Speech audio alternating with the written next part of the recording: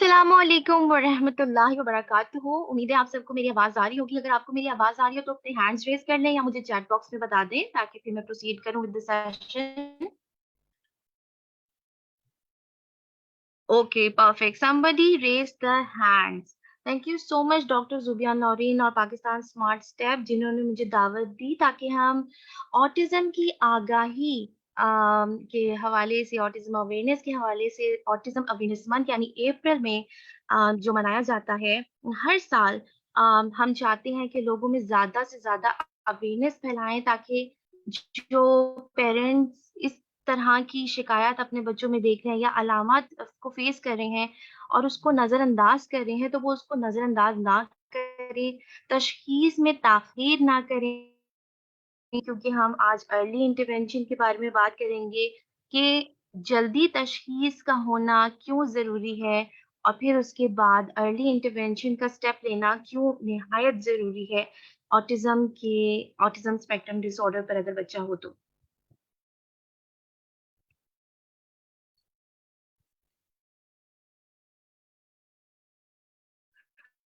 Okay, so my name is Ramsha Hassan. I'm a registered behavior technician. I'm an ABA therapist and a telehealth professional.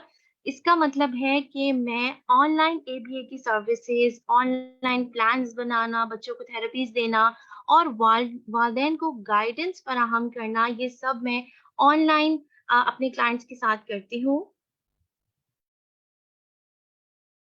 तो आज हम क्या discuss करेंगे? आज हम डिस्कस करेंगे कि ऑटिज़्म क्या है, रेड फ्लैग्स क्या हैं ऑटिज़्म के और अर्ली इंटरवेंशन क्यों ज़रूरी है, ट्रीटमेंट क्या हो सकती है ऑटिज़्म की और एबीए थेरेपी क्या है? टाइप्स ऑफ एबीए थेरेपी के बारे में बात करेंगे और फिर आखिर में आपको सिखाएँगे वालिदैन के लिए इस तरह की आसान सी स्ट्रैटेजीज़ हम लेकर आए हैं अप्लाइड बिहेवियर एनालिसिस की, जो कि बहुत ही बेसिक स्ट्रैटेजीज़ हैं जिनका अगर आपको पता हो तो आप बहुत वाइड एरिया में बच्चों के साथ काम कर सकते हैं, डिफरेंट स्किल्स उनको सिखा सकते हैं, just a very basis of applied behaviour analysis जो कि वालिदैन घर बैठे अपने बच्चों के साथ इम्प्लीमेंट कर सकते हैं। तो सबसे पहले जान लेते हैं कि ऑटिज़्म स्पेक्ट्रम डिसऑर्डर है क्या? क्योंकि इसकी आगाही के बारे में हम बात कर रहे हैं, तो इसको समझना सबसे पहले ज़रूरी है। क्योंकि इसके सिम्पटम्स इस किस्म के हैं कि अक्सर तौर पर पेरेंट्स स्पीच डिले या लैंग्वेज डिले के साथ इसको रिलेट करते हैं और उनको ये नहीं समझ आती कि ये ऑटिज़्म स्पेक्ट्रम डिसऑर्डर है क्योंकि ये लाइफ लॉन्ग डिसऑर्डर है। तो इसको समझना ज़रूरी है कि आपका बच्चा अगर 18 महीने का ही है, तो आपको इस डिसऑर्डर की अलामत का मालूम होना चाहिए ताकि आप फ़ौरी तौर पर बच्चे को साइकियाट्रिस्ट के पास या साइकोलॉजिस्ट के पास इवैल्यूएशन के लिए लेके जाएँ। एडॉस का टेस्ट होता है, कार्ड्स का टेस्ट होता है।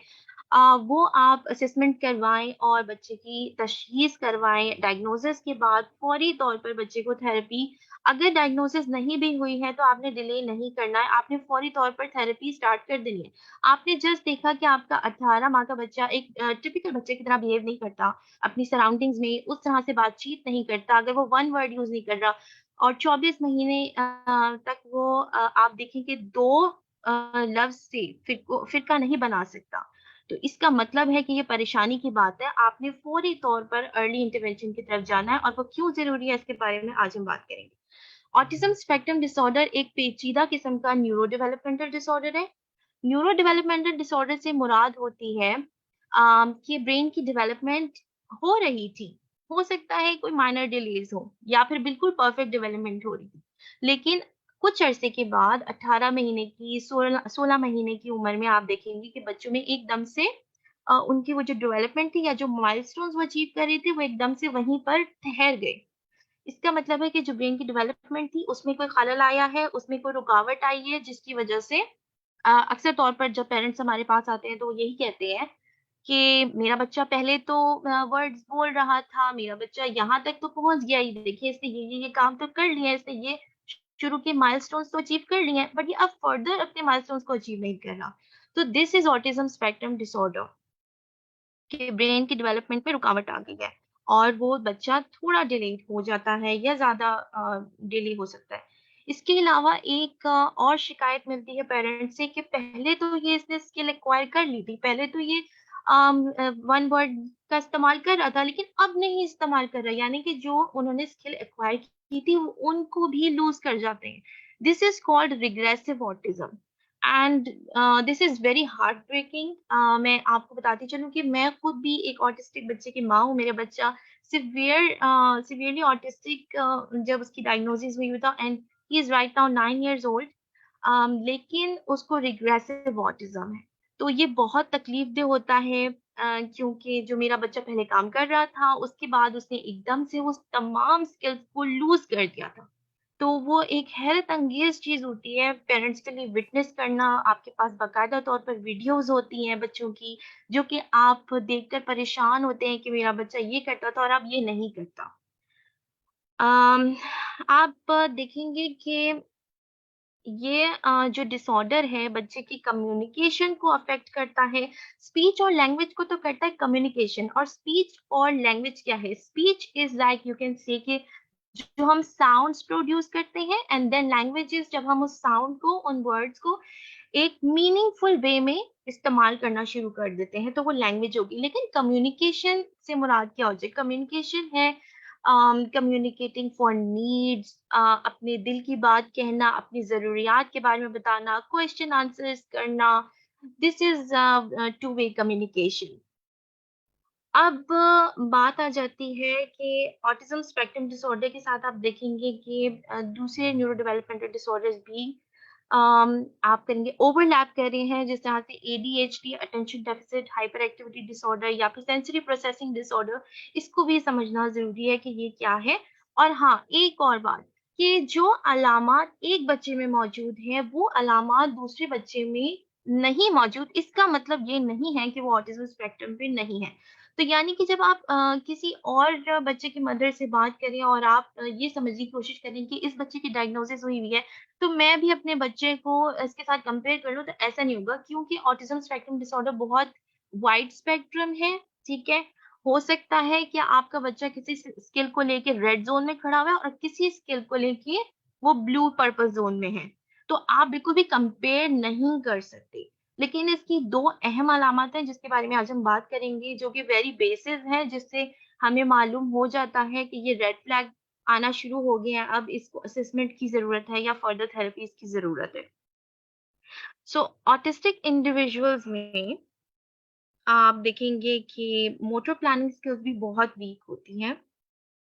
और जो 2 मेन अलामात जिसके बारे में हम बात कर रहे थे, वो हैं, उसमें सबसे पहला है impairment in social communication and interaction, destructive and repetitive patterns of behaviour. तो ये बच्चे कम्युनिकेशन में, लैंग्वेज में और स्पीच में लैग कर रहे होते हैं, पीछे होते हैं, डिलेड होते हैं अपनी उम्र के हिसाब से। और दूसरा है कि महदूद और दोहराए जाने वाली हरकत को कर रहे होते हैं, जो कि आपको अजीब-सी महसूस होंगी। आप कहेंगे कि ये क्या कर रहे हैं? अनयूजुअल सी हरकत होती है।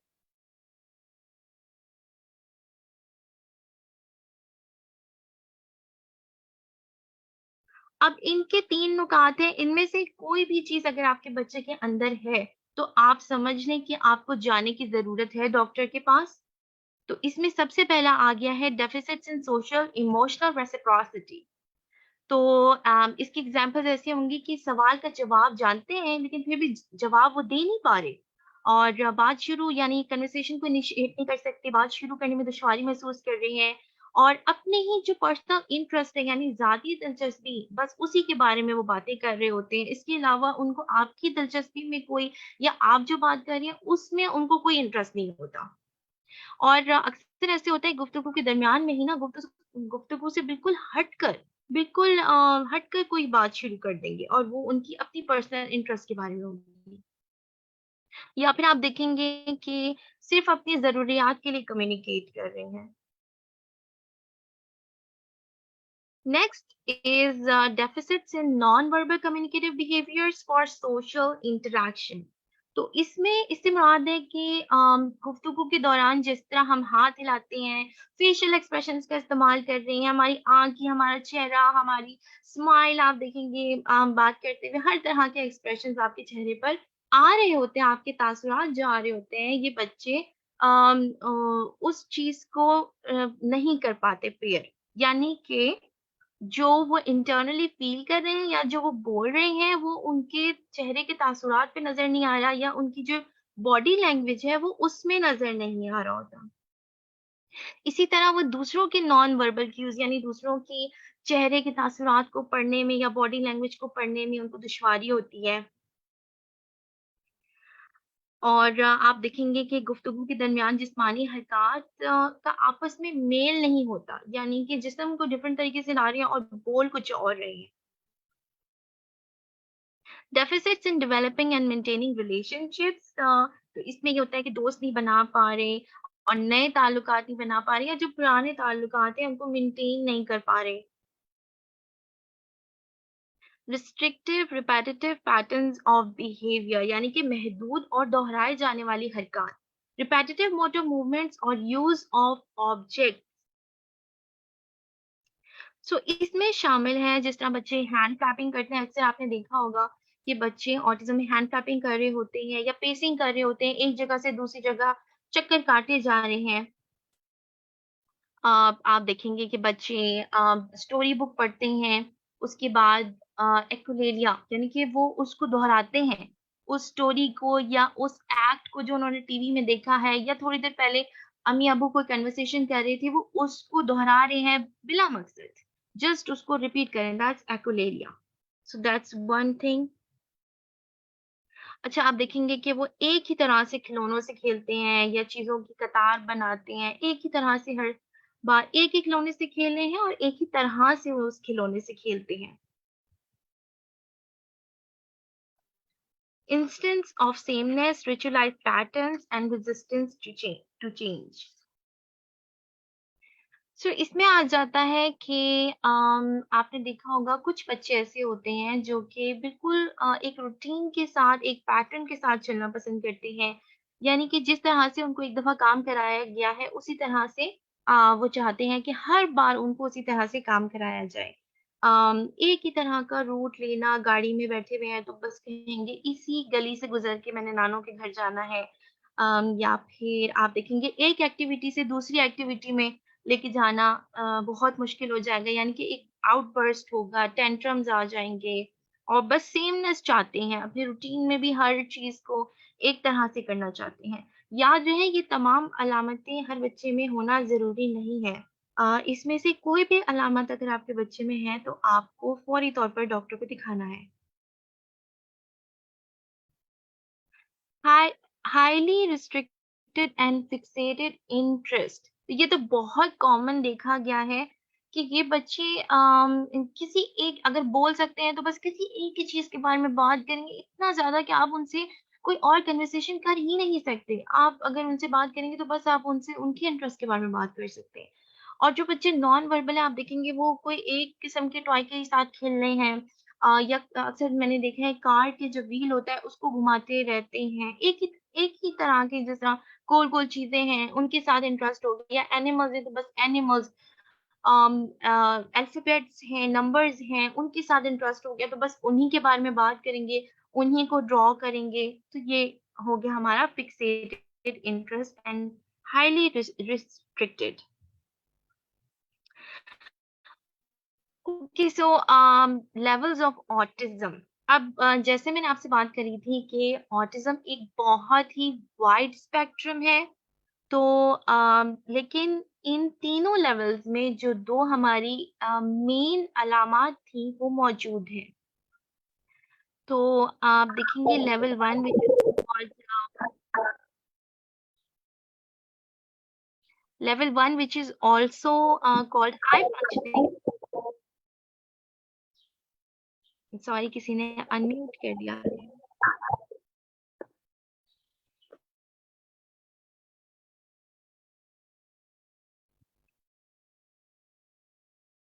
ओके, हम बात कर रहे थे हाई फंक्शनिंग ऑटिज्म यानी लेवल 1, जिसको हम हाई फंक्शनिंग ऑटिज्म भी कहते हैं। इसमें बच्चे आप देखेंगे कि बहुत ज़्यादा इंडिपेंडेंट भी आपको नज़र आएँगे। हो सकता है उनको थोड़ा बहुत आपकी मदद दरकार हो डिफरेंट चीज़ों में, डिफरेंट एक्टिविटीज़ में या टास्क में, लेकिन इतने डिपेंडेंट आपके ऊपर नहीं होंगे। थोड़ा बहुत आप इनमें देखेंगे कि दोस्त बनाने में हेजिटेंट होंगे, या जल्दी लोगों के साथ घुल-मिल नहीं पाते, या जैसे हमने अगेन बात करी थी कि अपने इंटरेस्ट के बारे में बात करना शुरू हो जाते हैं। ऑर्गेनाइजिंग और प्लानिंग में थोड़ा-सा इनको प्रॉब्लम आता है, जिसकी वजह से इंडिपेंडेंस, यानी पहले क्या काम करना है और बाद में क्या काम करना है, क्योंकि थोड़ा बहुत समझ नहीं आ रहा होता। तो उसमें हम अगर उनकी रूटीन को विजुअलाइज़ कर लें, एक विजुअल पैटर्न लगा लें, तो वो काफ़ी ज़्यादा मददगार साबित होता है।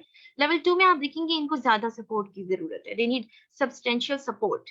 सोशल इंटरैक्शंस जो होती हैं उनकी बहुत कम होती हैं, और आप देखेंगे कि पर्सनल इंटरेस्ट के रिलेटेड होंगे। हो सकता है वो सिर्फ़ अपने बारे में बात करें, या फिर अपनी ज़रूरियात के बारे में बात करें कि मैंने वॉशरूम जाना है, या मैंने खाना खाना है, मैंने फलाँ चीज़ खानी है।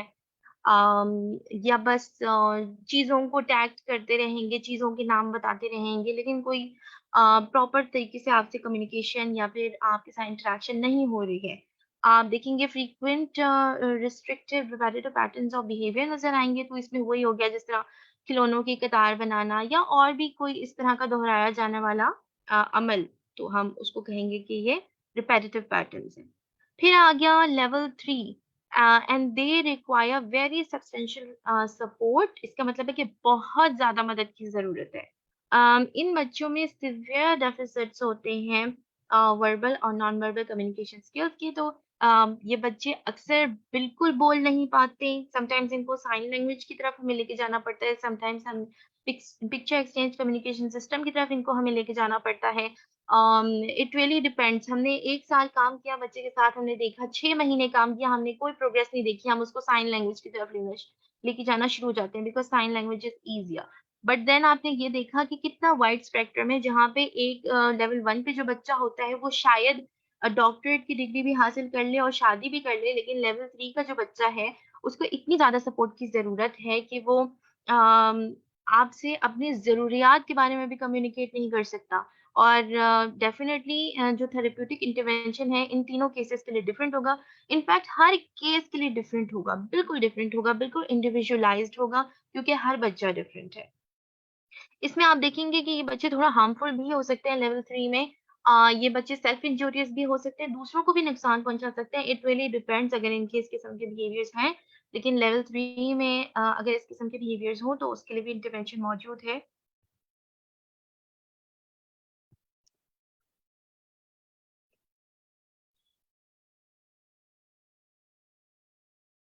ओके। ये एक बहुत ही ज़्यादा मशहूर टर्म बनती जा रही है कि वर्चुअल ऑटिज़्म क्या है? बहुत ज़्यादा सवाल करते हैं पेरेंट्स और बहुत कन्फ्यूज़ रहते हैं इस टर्म को लेके।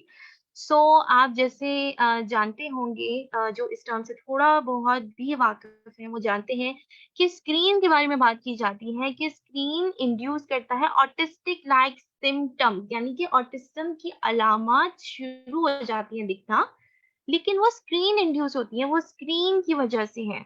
तो ये क्यों है?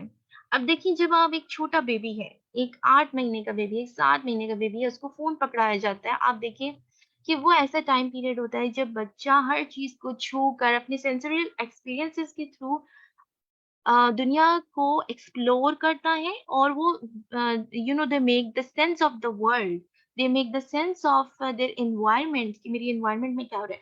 अब अगर वो एक स्क्रीन के ऊपर उनका ध्यान है, क्योंकि क्यों ध्यान है? क्योंकि वो बहुत ज़्यादा कलरफुल है, उसमें बहुत ज़्यादा लाइट्स हैं, और जस्ट इट्स वेरी इंटरेस्टिंग। अम, और फिर डेफ़िनिटली अगर कार्टून्स हों, उनकी कोई इस तरह की चीज़ लगी हुई हो, तो डेफ़िनेटली उनको ज़्यादा वो इंटरेस्ट का लगेगा।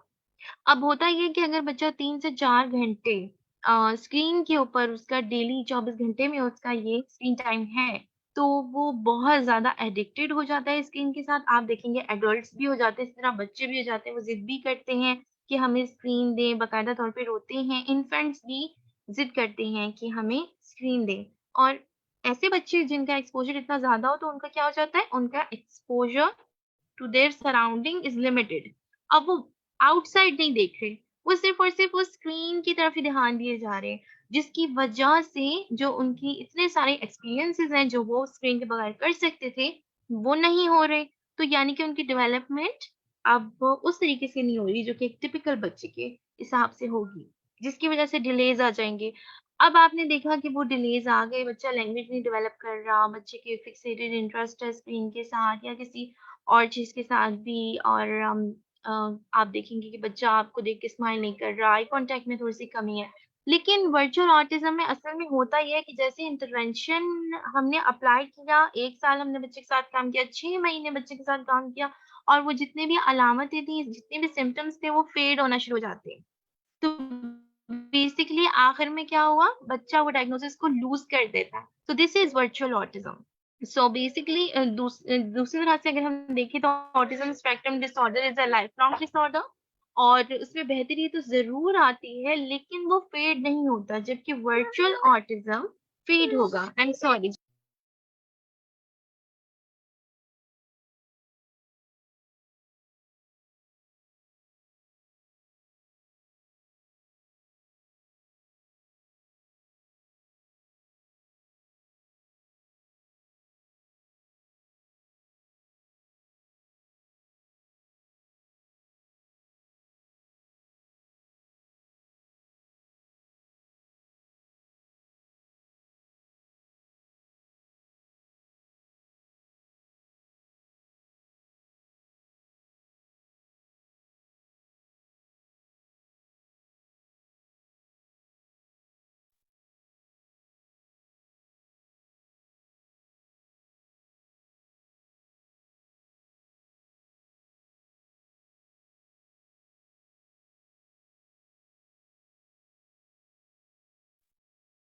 Okay, very sorry. I have a little toddler in my house, so I have to look after her. I'm very sorry for the delay.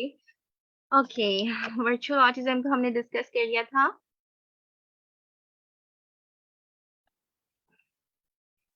Okay sensory processing disorder and autism spectrum disorder सो ये बहुत अहम चीज है क्योंकि sensory processing disorder क्या है sensory processing disorder is जब हम अपनी सराउंडिंग्स में जो सेंसरी इंफॉर्मेशन हमारे ब्रेन को मिलती है जो इनपुट हमारे ब्रेन को मिलती है उस इंफॉर्मेशन को हम सही से प्रोसेस नहीं कर पा रहे हमारा ब्रेन सही से प्रोसेस नहीं कर पा रहा और ऑटिज्म स्पेक्ट्रम डिसऑर्डर में ये साबित हो चुका है कि 85% केसेस में तो बाकायदा तौर पर इसकी वाज़ेह अलामत नज़र आ रही होती है।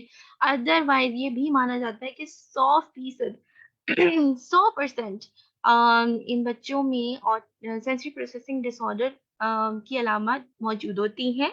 ये डिफ़िकल्टीज़ मौजूद होती हैं, लेकिन इसकी सिवियरिटी की वजह से उसकी तशख़ीस नहीं होती या फिर वो आपकी लर्निंग में या आपकी ज़िंदगी में इतनी रुकावट नहीं, लेकिन कोई ना कोई सेंसिटिविटीज़ हमें नज़र आ रही होती हैं बच्चों में। सो हमारी 8 न्यूरल सिस्टम्स हैं, हम इनको सबको डिस्कस करेंगे और हम जानेंगे। अब इसमें से किसी भी सिस्टम के साथ आपके जो बच्चा है, वो किसी भी सिस्टम को लेकर इन्फॉर्मेशन सेंसरी इन्फॉर्मेशन को सही से पर्सीव नहीं कर पा रहा, सही से उसका ब्रेन प्रोसेस नहीं कर पा रहा होता, आपको अलामत नज़र आएगी। हो सकता है कि कोई एक ही न्यूरल सिस्टम हो या फिर मल्टीपल न्यूरल सिस्टम्स हो जिनमें डिसफंक्शनिंग है। तो सबसे पहले हम समझते हैं कि सेंसरी अवॉइडर्स क्या हैं, ठीक है? सो अगर बच्चा हाइपर सेंसिटिव है किसी सेंसेशन को लेकर, तो यानी कि उसको ज़्यादा शिद्दत से वो सेंसेशन महसूस होती है, ओके। सो उनको ज़्यादा शिद्दत से वो सेंसेशन महसूस हो रही है जिसकी वज़ह से वो उस सेंसेशन को, उस फीलिंग को हर बार अवॉइड करना चाह रहे हैं और ये बच्चे कहलाएँगे सेंसरी अवॉइडर।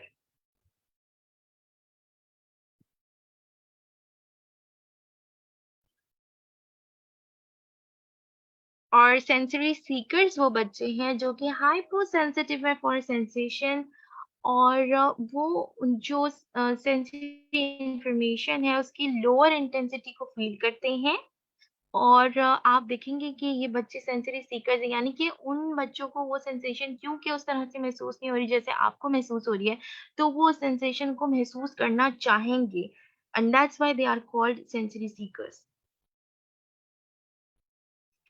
सो जो हमारा सेंस ऑफ टेस्ट है which is the gustatory system let's discuss कि क्या अलामतें होंगी अगर इसमें डिसफंक्शनिंग हो अगर बच्चा हाइपर रिस्पॉन्सिव है तो आप देखेंगे कि उसको फीका-फीका खाना खाने की आदत है, वो बहुत पिकी ईटर है उसको नए खाने नहीं खाने, उसको आप देखेंगे या टू कोल्ड कहेगा या टू हॉट है खाना।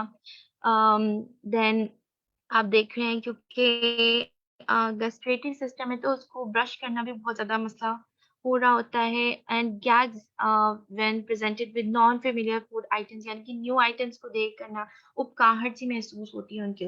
Then we have hypo responsive जिनको अब जो कि सेंसरी सीकर्स होंगे तो ये ऑब्जेक्ट्स को यानी किसी भी ऑब्जेक्ट को अपने मुंह में लेंगे, दूसरों को काट रहे हैं, च्यू करते हैं, अपने कपड़ों को चबा रहे हैं और ये हम कर रहे हैं इस तरह की आवाज़ इस तरह की जो आवाज़ होती है, ये निकालेंगे। इनको बहुत ज़्यादा स्पाइसी फूड, केचअप्स और ये चीज़ें पसंद होती हैं। एंड इनको बहुत ज़्यादा गरम या बहुत ज़्यादा ठंडा खाना पसंद होता है। So sense of smell which is the olfactory system.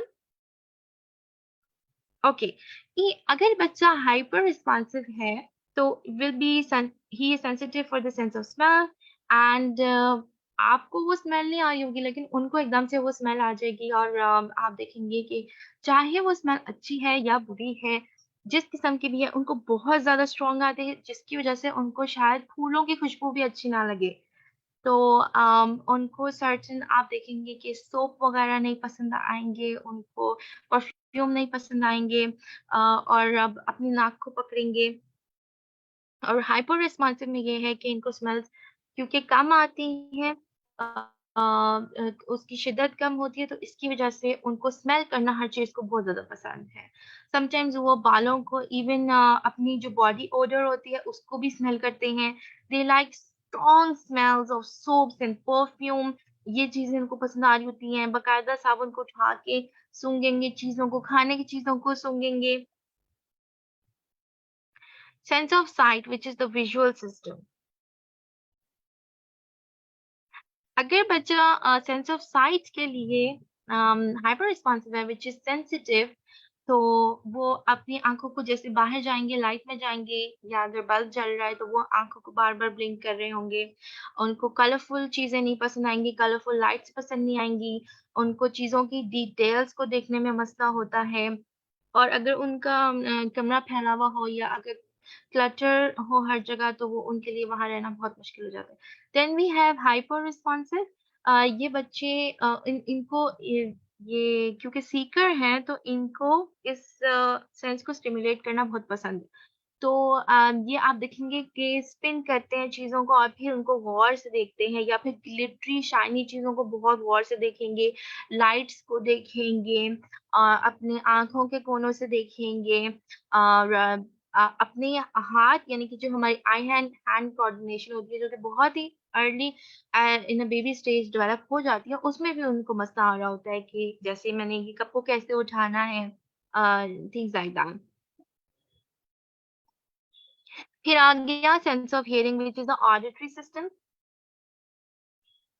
सो अगर बच्चा हाइपर रिस्पॉन्सिव है मीन सेंसिटिव है तो वो स्केर्ड होगा, वो बहुत ज़्यादा डरता है आवाज़ों से, वो अपने कानों पे हाथ रखेगा लोगों को बोलता है कि आहिस्ता से बात करें और उसको हल्की-सी भी आवाज़ आ जाती है। समटाइम्स वो ऐसे की आवाज़ निकालता है ताकि वो जो ऑडिटरी इनपुट है क्लास में या जहाँ पे भी बहुत ज़्यादा शोर है तो वो उसको ब्लॉक करने के लिए अपनी हम करेंगे अपनी अटेंशन को डाइवर्ट करेंगे। Then we have hyper responsive जिनको ये वाली सेंस परसीव करने में प्रोसेस करने में उनके ब्रेन को मसला हो रहा है and they are sensory seekers. तो आप देखेंगे कि आप कभी-कभी इनको बुलाते हैं तो वो रिस्पॉन्ड नहीं कर रहे और म्यूज़िकल टॉयज़ हैं या चीज़ें हैं तो उनको कान के पास लाके सुनते हैं या फिर आप देखेंगे बार-बार दरवाज़ों को बजा रहे हैं और ज़ोर से बात करना पसंद करते हैं। Sense of touch which is the tactile system अगर बच्चा हाइपर सेंसिटिव है, तो वो टेम्परेचर्स को लेके भी सेंसिटिव होगा।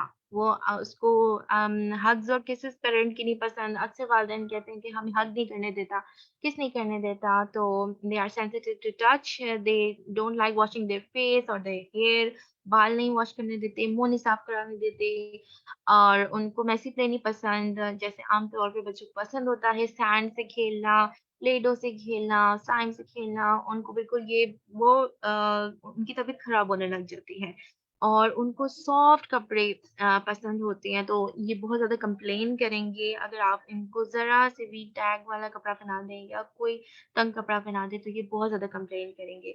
इनको बहुत सॉफ्ट टेक्सचर्ड क्लोथ्स की आदत होती है और ये उसके बगैर रह नहीं सकते। फिर आप देखेंगे हाइपर सेंसिटिव बच्चे हैं जो कि बहुत ज़्यादा दर्द बर्दाश्त कर सकते हैं। आप देखेंगे वो गिरेंगे और एकदम से उठ जाएँगे। आप कहेंगे तो इतनी ज़ोर का गिरा है, ये बच्चा रोया नहीं? इस बच्चे ने मुझे शिकायत नहीं करी। और ये टैक्टाइल इनपुट लेते हैं, यानी कि हर चीज़ को ना छूना बहुत ज़्यादा पसंद है। उनको महसूस करेंगे, हाथों में दबाएँगे। खाना बहुत ज़्यादा भर-भर के मुँह में खा रहे होते हैं। और अगर आप उनको सॉफ्ट टचेज़ करेंगे तो उनको पता ही नहीं चलेगा कि किसी ने मुझे टच किया है, सॉफ्ट टच।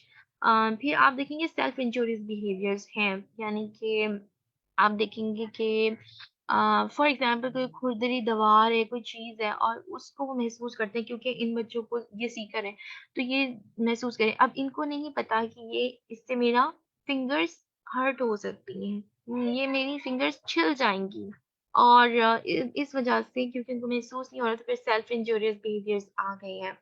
हेड बैंगिंग आप देखेंगे, माउथिंग चीज़ें मुँह में बहुत ज़्यादा डालते हैं and they love feeling textures यानी डिफरेंट किस्म के सॉफ्ट एंड हार्ड एंड हर किस्म के टेक्सचर्स को फील करना पसंद करते हैं। Then we have sense of balance which is the vestibular system.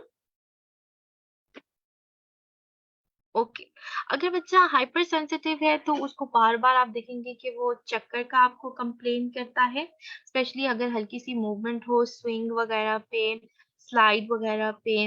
आप देखेंगे वो कार सिक होते हैं, कार में बैठते हैं तो वो कंप्लेन करते हैं, उनको जंपिंग या रनिंग नहीं करना है। वो हाइट से डरते हैं यानी ऊँचाई से डरते हैं। उनको वॉमिट यानी कि नॉशियस फ़ील होता है, उबकाई लेते हैं अगर हम स्पिनिंग ऑब्जेक्ट्स को देखें, घूमती हुई चीज़ों को देख रहे हैं। एकदम आपको लगेगा कि ये बच्चा लेज़ी है या टायर्ड है, थका हुआ है और इनकी पुअर मोटर प्लानिंग स्किल्स हैं।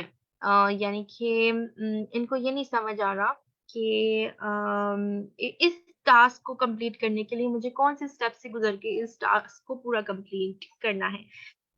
फिर आप देखेंगे कि जब वो सीढ़ी का इस्तेमाल कर रहे हैं, स्टेयर्स का इस्तेमाल कर रहे हैं, तो वो बहुत ज़्यादा कॉशियस होते हैं।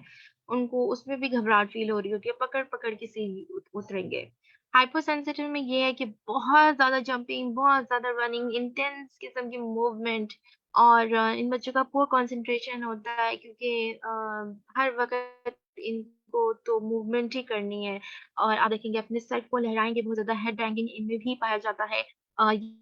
ये बच्चे फर्नीचर को यानी हाइट्स पे जाना और फर्नीचर के ऊपर चढ़ना, ये सब इनको बहुत ज़्यादा पसंद होता है। So, awareness of internal bodily state, which is interoceptive system. अगर बच्चा interoceptive system के लिए हाइपर सेंसिटिव है, so he is able to bear intense pain. वो बहुत ज़्यादा पेन की शिद्दत को बर्दाश्त कर सकता है। वो बहुत ज़्यादा अपने आप को हर वक़्त यानी कि वो स्टफ़ करेगा, वो खाता रहेगा, वो पीता रहेगा, ताकि उसको वो फ़ीलिंग ना आए हंगर की या थर्स्ट की जब उसको भूख लगती है या प्यास लगती है, क्योंकि उसको बहुत ज़्यादा शिद्दत से फ़ील होगी, तो वो फिर उसको अवॉइड करने के लिए ज़्यादा खा रहा है या ज़्यादा पानी पी रहा है। आप देखेंगे बहुत ज़्यादा वॉशरूम जाते हैं ये बच्चे, इनको बहुत ज़्यादा ठंड या बहुत ज़्यादा गर्मी महसूस होती है comparing to other people. And they are very ticklish. आपने इनको ज़रा-सा हाथ लगाया, इनको टिकल होना शुरू हो जाती है, बहुत हँसते हैं फिर। हाइपो सेंसिटिव में क्या है, कांट बेयर लिटिल पेन, थोड़ा-सा भी पेन बर्दाश्त नहीं हो रहा। इनको नहीं पता कि वॉशरूम कब जाना है, तो अक्सर बाहर कर देते हैं एंड दे से कि उनको पता नहीं चला। उनको भूख और प्यास का नहीं पता चलता, समटाइम्स ये कम खाते हैं। इनको गर्मी और सर्दी का नहीं पता चलता कि मैंने कब ठंडे मौसम के कपड़े पहनने, कब मैंने गर्म मौसम के कपड़े पहनने हैं। Then we have proprioceptive system, which is the awareness of body in space. सो अगर बच्चा इस सिस्टम को लेके हाइपर सेंसिटिव है, तो वो आप देखेंगे उनकी राइटिंग स्किल्स बहुत ज़्यादा मुतासिर होंगी, क्योंकि वो जो प्रेशर उनको चाहिए, जो मसल्स में प्रेशर उनको चाहिए इसको कंटिन्यू करने के लिए, वो नहीं कर पाते, वो प्रेशर एक्सर्ट नहीं कर पाते। दैट्स व्हाई क्या करेंगे कि वो लिखने में उनको बहुत ज़्यादा प्रॉब्लम होगी या बहुत ही पुअर हैंडराइटिंग होगी। वो आपको लेज़ी नज़र आएँगे, वो एकदम से कभी-कभी चीज़ों में बम्प कर जाते हैं, भागते-भागते चीज़ों में बम्प कर जाते हैं।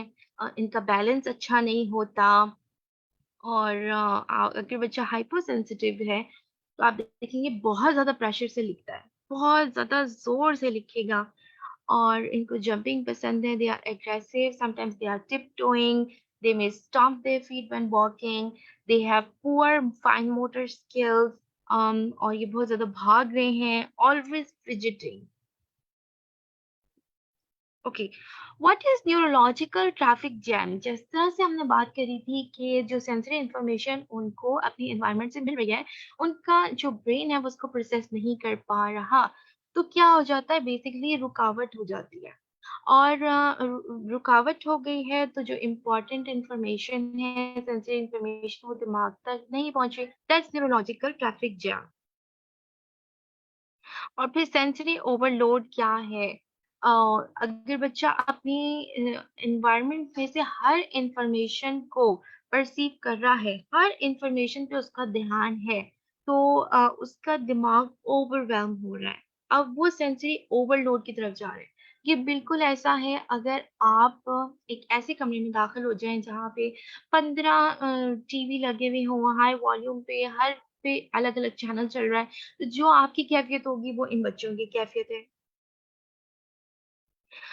डिनायल फ़ेज़ क्या है कि जब आपके बच्चे को डायग्नोसिस मिल गई, अब आप चलेंगी डिनायल फ़ेज़ में या आपके बच्चे को डायग्नोसिस नहीं मिली और आप अलामतें देख रहे हैं, आपको पता है कि ये ऑटिज़्म की अलामत हैं, लेकिन आप डिनायल फ़ेज़ में denial phase is a grieving phase, यानी कि जब हम किसी भी किस्म के सदमे से गुज़रते हैं, तो ये एक ग्रीविंग स्टेज आती है डिनायल फ़ेज़ जो कि एक तरह से हेल्प यू कोप, आपको उस चीज़ से कोप करने में मदद करता है, उस ग्रीफ से कोप करने में मदद करता है, उस दुःख को थोड़ा-सा कम करने में मदद करता है, लेकिन ये खतरनाक हो सकता है हमारे ऑटिस्टिक बच्चों के लिए। तो फॉर एग्ज़ाम्पल मैंने देखा है कि पेरेंट्स देख रहे थे, 2 साल के बच्चों में अलामतें देख रहे थे, लेकिन वो अलामतें आइडेंटिफ़ाई करने के बावजूद डॉक्टर के नहीं लेके जाते, साइकोलॉजिस्ट के नहीं लेके जाते because they are afraid to get their child label, या फिर वो थेरेप्यूटिक इंटरवेंशन की तरफ नहीं जाते क्योंकि वो इस चीज़ को एक्सेप्ट ही नहीं कर रहे कि बच्चा मेरा ऑटिज़्म की अलामत शो कर रहा है या ऑटिस्टिक है। अब इसकी वजह से क्या होता है? इसकी वजह से होगा अर्ली इंटरवेंशन में मसला। अर्ली इंटरवेंशन कितना ज़्यादा ज़रूरी होती है। इसके बारे में हम बात करते हैं। अगर आप अपने बच्चे को 18 महीने की उम्र में ही ले जाएँ थेरेप्यूटिक इंटरवेंशन के लिए, अर्ली इंटरवेंशन के लिए, तो आप देखेंगे कि जो जब आप दूसरे बच्चों की बनिस्बत जो बच्चे 3 साल की, 4 साल की, 5 साल की उम्र में जाते हैं, उनसे कहीं ज़्यादा बेहतर प्रोग्रेस आपके बच्चे की हो सकती है, बहुत ज़्यादा। This is proven, this is research. तो इस पर हमें सोचने की ज़रूरत है कि जब हम बहुत ज़्यादा इंतज़ार करते हैं कि हमने बच्चे को हम 1 साल और देख लेते हैं, हमारा बच्चा को लेबल ना लग जाए। अगर आपका बच्चा 18 महीने में एक लफ्ज़ भी इस्तेमाल नहीं कर रहा है, उसके पास एटलीस्ट 20 से 30 अल्फ़ाज़ नहीं हैं, अगर वो 24 महीने की उम्र में 2 लफ्ज़ों का इस्तेमाल नहीं कर रहा है टू कम्युनिकेट विद यू, और फिर अगेन मैं एक बात कहना चाहूँगी कि बच्चे अक्सर मैंने देखा है कि बहुत ज़्यादा लेबल कर रहे हैं ऑटिज़्म में। बच्चे छोटे होते लेबलिंग वो कर रहे हैं, वो कह रहे हैं कि टीवी है, ये कार है, ये एप्पल है, ये बनाना है, ये सब इनको आ रहा है। लेकिन वो सिर्फ़ और सिर्फ़ लेबलिंग की हद हद तक है। यानी कि जब कम्युनिकेशन, क्योंकि इनका कम्युनिकेशन में डेफिसिट्स है, स्पीच और लैंग्वेज में भी होता है ऑटोमेटिकली, बट मेन इनका डेफिसिट कहाँ आता है? कम्युनिकेशन में। तो जब उनको उस चीज़ की ज़रूरत है, उनको एप्पल की ज़रूरत है, तो वो नहीं माँग पा रहे। तो अगर आपके बच्चे के पास इस तरह के वर्ड्स हैं, जहाँ पे वो सिर्फ़ लेबल कर रहा है, लेकिन उसका कम्युनिकेट नहीं कर पा रहा किसी भी चीज़ को, किसी ज़रूरत को, तो इसका मतलब है कि अब आपको इस चीज़ को ज़रूर अपने डॉक्टर के साथ, अपने पीडियाट्रिशियन के साथ, साइकोलॉजिस्ट के साथ शेयर करना चाहिए। थेरेप्यूटिक सपोर्ट में क्या चीज़ें मुयस्सर हैं आपको और आप किस किस्म की थेरेपी से अपने बच्चे को दिला सकते हैं, ये तो हर बच्चे के ऊपर डिपेंडेंट है। लेकिन एबीए थेरेपी काफ़ी हद तक मैंने देखा है कि वर्सेटाइल है।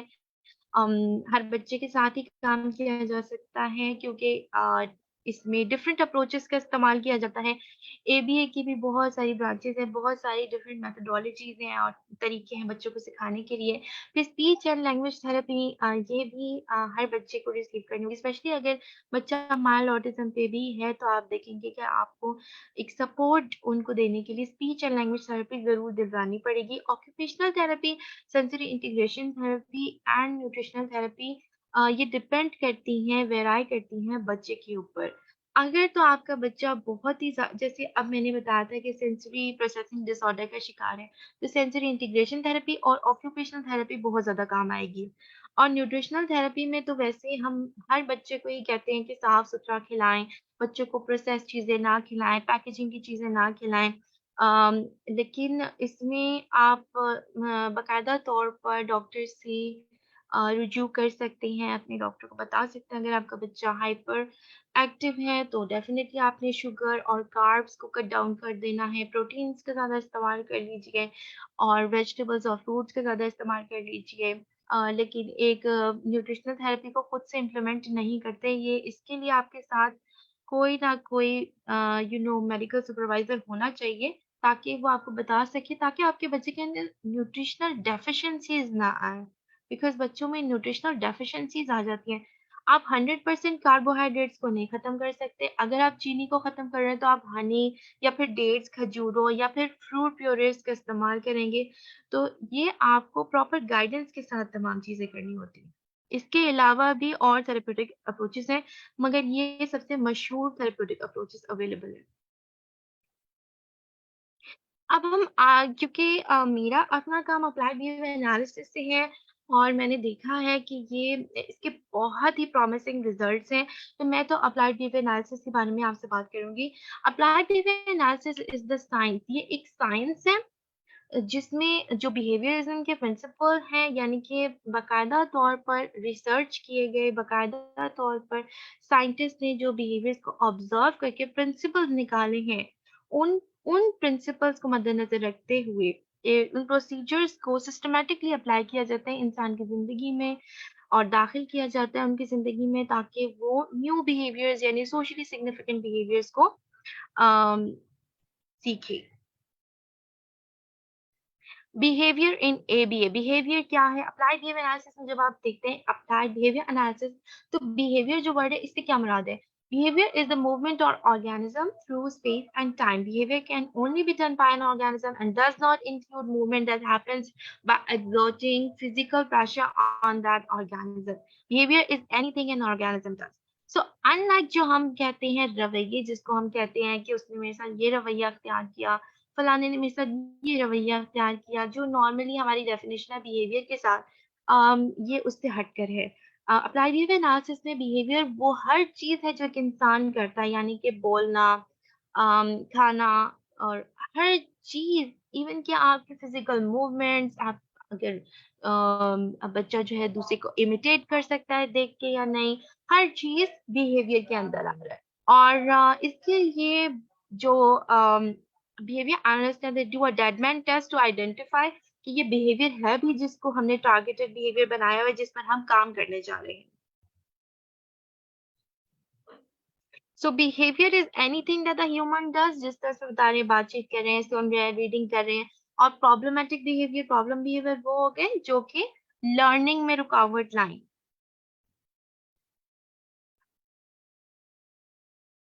ये बात शेयर करना बहुत ज़रूरी है कि एबीए थेरेपी की प्रॉमिसिंग रिजल्ट्स हैं and it has proven to be the most effective therapy in treating symptoms of autism. Some misconceptions about behavior. So changing another person behavior is coercive, यानी कि वो abusive है, यानी कि हमें दूसरे के behavior को change नहीं करना चाहिए। आप autism में देखेंगे कि बच्चों के repetitive restricted patterns of behavior की वजह से उनकी learning में बहुत ज़्यादा रुकावट आती है। बच्चे new behaviors को नहीं सीखते, बच्चे अपनी surroundings को नहीं देख रहे होते। अम, तो अगर आप उनको एक तरीका नहीं देंगे यानी कि अगर आप उन पे टीचिंग मेथोडोलॉजीज़ जिस तरह आप एक आम टिपिकल बच्चे को स्कूल में दाखिल करते हैं just to make him learn things about life and everything academically उनको अच्छा परफॉर्म करवाते हैं इसी तरह आपके जो न्यूरोटिपिकल बच्चे इनको भी हेल्प की ज़रूरत है, इनको ज़रा डिफरेंट किस्म की हेल्प की ज़रूरत है, बट इनको हेल्प की ज़रूरत है। तो इनके हम बिहेवियर पे इसलिए काम करते हैं क्योंकि इनके बिहेवियरल इश्यूज़ होते हैं। और बिहेवियरल इश्यूज़ पे काम करने के बाद ही वो अपनी एनवायरनमेंट को परसीव कर अपनी एनवायरनमेंट में जितने भी एक्सपीरियंसेस हैं, उनको देखते हैं, उनको महसूस करते हैं और फिर रिस्पॉन्ड करना सीखते हैं। The use of reinforcement to change behavior is a form of bribery. अभी आपने reinforcement के बारे में नहीं जाना है, लेकिन reinforcement is like a reward, यानी कि बच्चे को रिवॉर्ड देना। Applied behavior analysis में reinforcement का इस्तेमाल होता है। कुछ लोग कहते हैं कि ये लालच देने के बराबर है, यानी कि ये bribery है।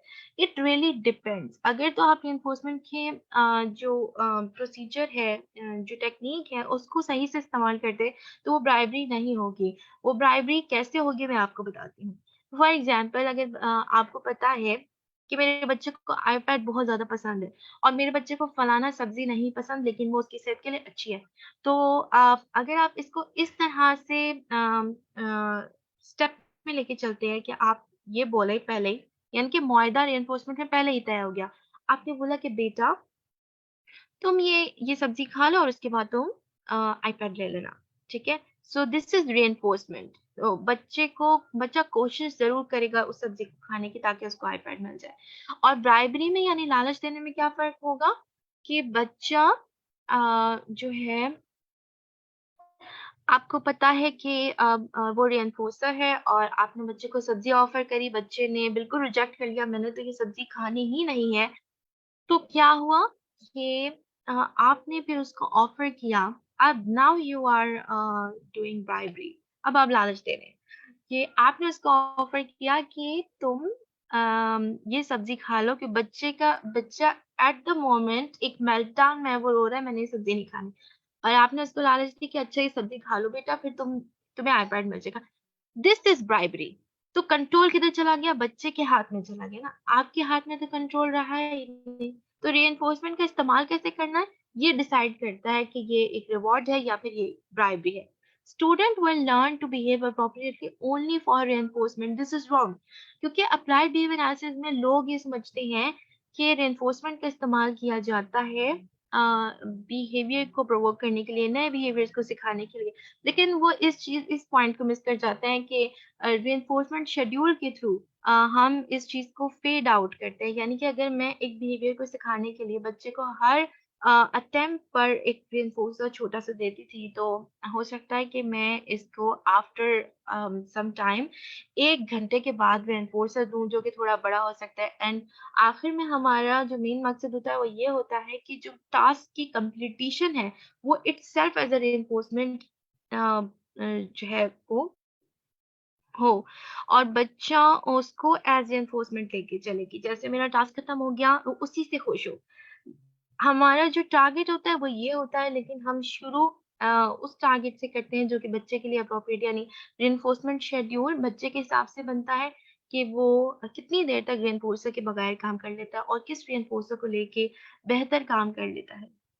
Student should work for intrinsic reinforces. तो आप देखेंगे कि हमारे बच्चे इंट्रिंसिक मोटिवेशन को ऑलरेडी बहुत लैक कर रहे हैं, उनमें ये कमी होती है, स्पेशली कम्युनिकेशन को लेकर उनमें ये कमी होती है और अगर उनके रिस्ट्रिक्टेड और रिपेटिटिव पैटर्न्स ऑफ बिहेवियर बहुत ज़्यादा है, तो वो एक अनदर थिंग है जिसको हमने देखना है और बच्चे अगर उसमें मुलविस हैं तो वो क्यों चाहेंगे? हमारा दिमाग और उनका दिमाग डिफरेंट है, तो हमें ये अंडरस्टैंड करना है इंट्रिंसिक मोटिवेशन से क्या मुराद है? यानी कि इंटरनली मेरा दिल कर रहा है और मैं इस चीज़ से खुश हूँ कि मैं ये काम करूँ। मेरी इंट्रिंसिक मोटिवेशन है कि मुझे पेंटिंग बहुत ज़्यादा पसंद है, तो मैं पेंटिंग करूँ और because I am an artist, तो मुझे वो पसंद है। ये मेरे इंटरनल बीइंग का हिस्सा है, मुझे पसंद है। हमारे बच्चे इंट्रिंसिक मोटिवेशन को लैक करते हैं, तो हमें एक्सट्रिंसिक मोटिवेशन का सहारा लेना पड़ता है शुरू में, और लेकिन हमारा गोल यही होता है कि वो इंट्रिंसिक रिसोर्सेज के लिए काम करें। All students should be treated in the same way, ऐसा तो हो ही नहीं सकता, बिकॉज आपने देखा होगा कि बाकायदा इंडिविजुअलाइज्ड एजुकेशन प्लान बनता है, बच्चों का स्किल एक्विजिशन प्लान बनता है, हर बच्चे का अलग होता है, क्योंकि ये वाइड स्पेक्ट्रम है और हर बच्चा हर स्किल को लेकर डिफरेंट जगह पर खड़ा हुआ है। तो हम उनको पहले असेस करते हैं, उनका प्रॉपर तरीके से प्लान बनता है और अम, अ, उस प्लान के ऊपर, उसके बेसिस के ऊपर हम हर बिहेवियर पे काम कर रहे होते हैं। Okay, famous types of ABA therapy. तो एबीए थेरेपी, ये चंद मैंने यहाँ पे लिस्ट की हैं, वरना लिस्ट इज वेरी लॉन्ग। लेकिन जो सबसे मशहूर है, आप देखेंगे, डिस्क्रीट ट्रायल टीचिंग है, डीटीटी। इसमें बच्चे को बाकायदा तौर पर टेबल पे बिठाया जाता है। तो जो भी टास्क है, फॉर एग्जांपल अगर मैं मोटर रिपीटेशन पे काम कर रही हूँ, तो मैं कहूँगी do this and I clap. तो बच्चे को 3 सेकंड के अंदर रिस्पॉन्ड करना है, अदरवाइज मैं उनको प्रॉम्प्ट दूंगी, और प्रॉम्प्ट क्या है वो अभी हम डिस्कस करेंगे।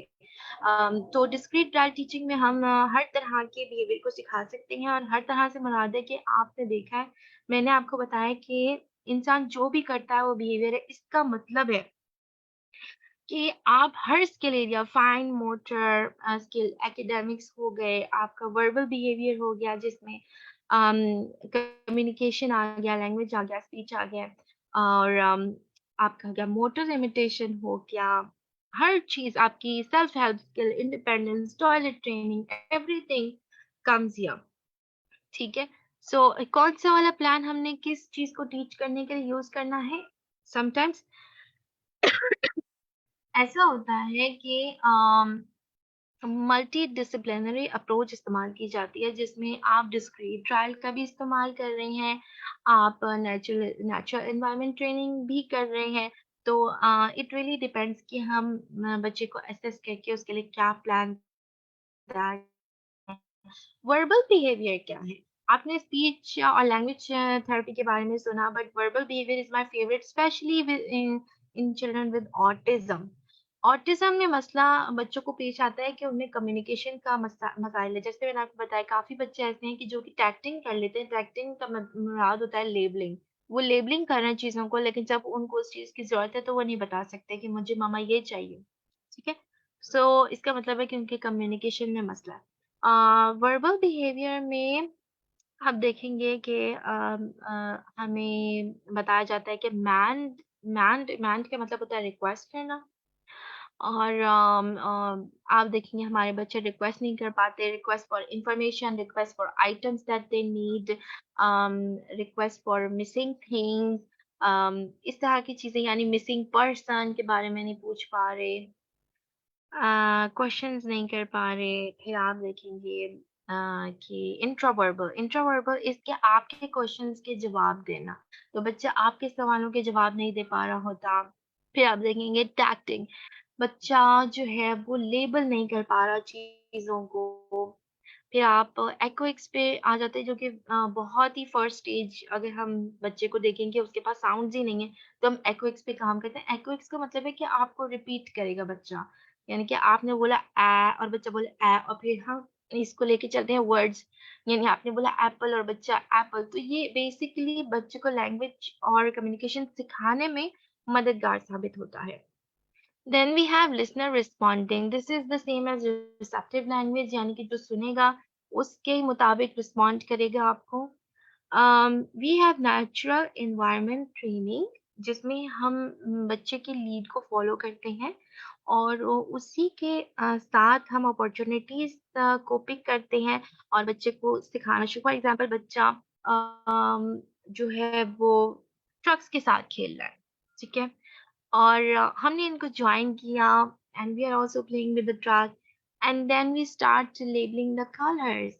तो विदाउट एनी प्रेशर हमने आप देखेंगे इसको भी चूज़ करने के लिए हमें मालूम होता है कि हमारा जो बच्चा है वो नेचुरली इस चीज़ को पिक करेगा कि जब मैं बोलूँगी येलो तो वो उसको लर्न करेगा।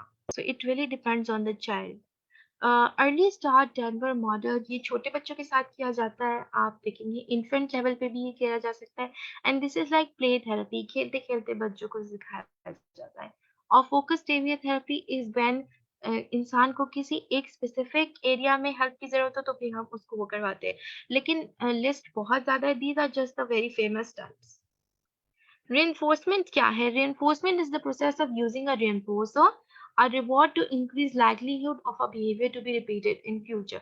यानी कि उस अमल के दोहराए जाने के इम्कानात को बढ़ाने के लिए reinforcer का इस्तेमाल किया जाता है और ये प्रोसेस है reinforcement. Um, reinforcement is very important. It is the core principle of applied behavior analysis. यहाँ पे हम 2 तरह की रिइंफोर्समेंट के बारे में बात करने वाले हैं। एक है positive reinforcement and we have negative reinforcement. Positive के साथ आप प्लस का साइन लगाएँ ताकि आपको आसानी हो। प्लस यानी ऐड।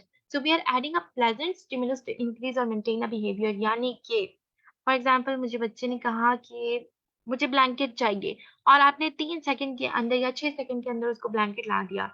अब ये बिहेवियर नेक्स्ट टाइम रिपीट होने के चांसेस बढ़ गए कि बच्चा ब्लैंकेट बोलेगा और उस बिहेवियर को मेंटेन रखेगा। नेगेटिव रिइंफोर्समेंट में आ गया removing an avoidance stimuli to increase और मेंटेन अ बिहेवियर। इसमें आप कोई बुरी चीज को रिमूव करते हैं ताकि बिहेवियर इंक्रीज हो क्योंकि reinforcement only increases the behaviour. ठीक है, सो बिहेवियर ऊपर जा रहा है, हमारा जो टारगेटेड बिहेवियर है वो ऊपर जा रहा है। हम सबको रिइंफोर्समेंट की ज़रूरत होती है, जब आपके लिए तालियाँ बजती हैं, जब आपको मोहब्बत मिलती है, जब को कोई तोहफ़ा मिल जाए, आपको ट्रॉफ़ी मिल जाए, आपको इतनी मेहनत करने के बाद आपको पे मिलती है, ये सब रिइंफोर्समेंट होती है। कोई भी रिइंफोर्समेंट के बगैर इंसान काम नहीं करता या तो इंट्रिंसिक मोटिवेशन है या एक्सट्रिंसिक मोटिवेशन है, लेकिन रिइंफोर्समेंट हर इंसान की ज़िंदगी का हिस्सा है।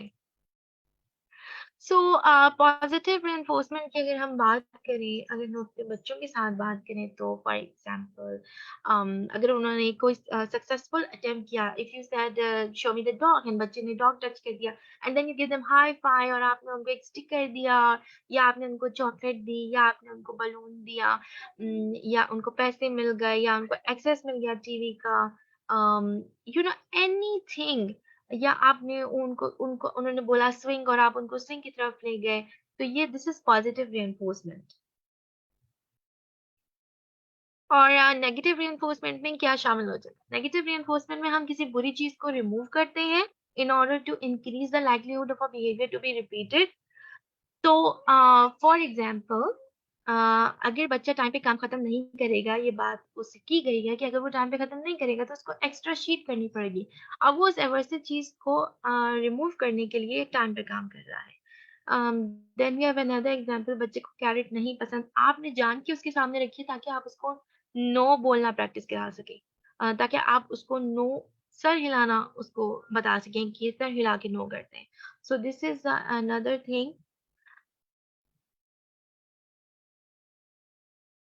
ओके, अच्छा, अब हम डिफरेंट टाइप ऑफ रेनफोर्सेस की बात कर लेते हैं। तो आप देखेंगे कि रेनफोर्सर टेंजिबल आइटम्स भी हो सकते हैं, चीजें भी हो सकती हैं, एक्टिविटीज भी हो सकती हैं, जैसे कि बाउंसिंग बॉल हो गया, स्लाइड हो गया, सैंड पिट हो गया, पूल हो गया, या फिर आप देखेंगे कि ये एडिबल आइटम्स भी हो सकते हैं, खाने पीने की चीजें हो सकती हैं, और सोशल रिइंफोर्सर्स भी हो सकते हैं जिसमें आप बच्चे के साथ खुद खेलते हैं, डांस कर रहे हैं, टिकल कर रहे हैं और स्माइल दे रहे हैं, इस तरह की चीजें।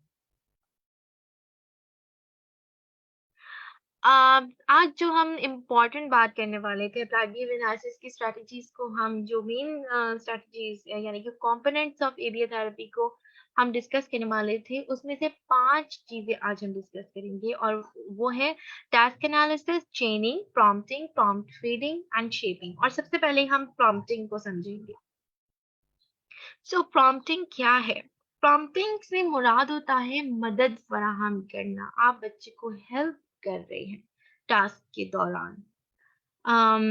तो आप देखेंगे कि इसकी शुरुआत कहाँ से हो रही है। जो मोस्ट इंट्रूसिव प्रॉम्प्ट है वो है फुल फिजिकल प्रॉम्प्ट, यानी पूरे तरीके से बच्चे का हाथ पकड़ के उससे काम करवाना। सेकंड होगा पार्शियल फिजिकल प्रॉम्प्ट, यानी कि थोड़ा बहुत कंधे से पकड़ लिया, कोहनी से पकड़ लिया और फिर उससे काम करवा लिया। Then we have model prompt. Model prompt में आप वो काम करते हैं और फिर बच्चा आपको रिपीट करता है। Then we have visual prompt. Visual prompt में आ सकता है कोई आप पिक्चर दिखा सकते हैं बच्चे को, यानी कि आपने उनकी रूटीन के विजुअल्स लगाए हुए हैं तो बच्चे को पता है मैंने ये एक्टिविटी के बाद ये एक्टिविटी करनी है, फिर ये एक्टिविटी करनी है। फिर वर्बल प्रॉम्प्ट होता है which is a very common prompt, जो कि हम सब करते हैं, अपने बच्चों को मुंह से बताते हैं कि ऐसे कर लो, ऐसे कर लो, दिस इज वर्बल प्रॉम्प्ट। और फिर आ गया जेस्चर प्रॉम्प्ट, जिसमें हो जाएगी पॉइंटिंग या फिर आंखों से इशारा करना। और फिर हो गया नेचुरल प्रॉम्प्ट, यानी कि एक सीक्वेंस के साथ एक एक्टिविटी चलती है ना। तो अगर मैं हाथ धो रही हूँ और मैंने अगर नलका खोला है तो नलका खोलना एक नेचुरल प्रॉम्प्ट है for me to put my hands under the water. तो अब मुझे पता है कि मैंने अब नलका खोला है तो अब मैंने हाथ नीचे। So this is natural prompt, जो कि एक स्किल को एक्वायर करने के बाद आ जाता है। तो हमने क्या करना है अब इस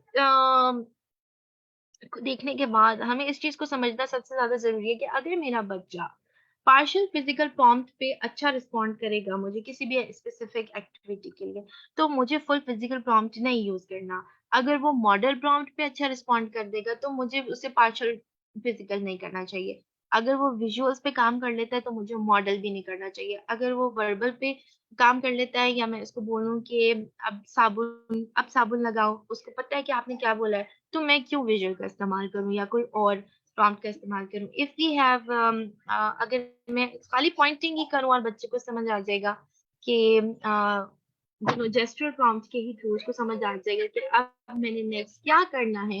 आई am very sorry, I have a little daughter. So तो फिर मैं क्यों इंट्रूसिव मोस्ट इंट्रूसिव प्रॉम्प्ट का इस्तेमाल करूँगी। यहाँ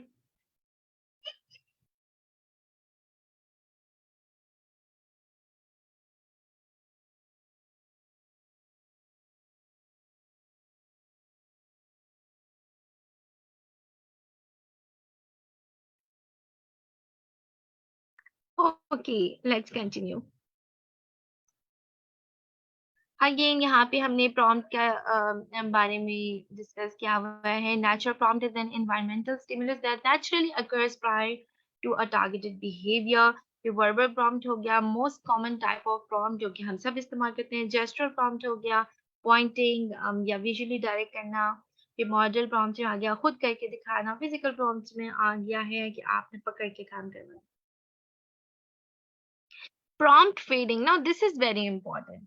अब आपने प्रॉम्प्टिंग तो सीख ली, अब आपने सीख ली मैंने बच्चे को जो है स्पेसिफिक टास्क में करवा रही हूँ।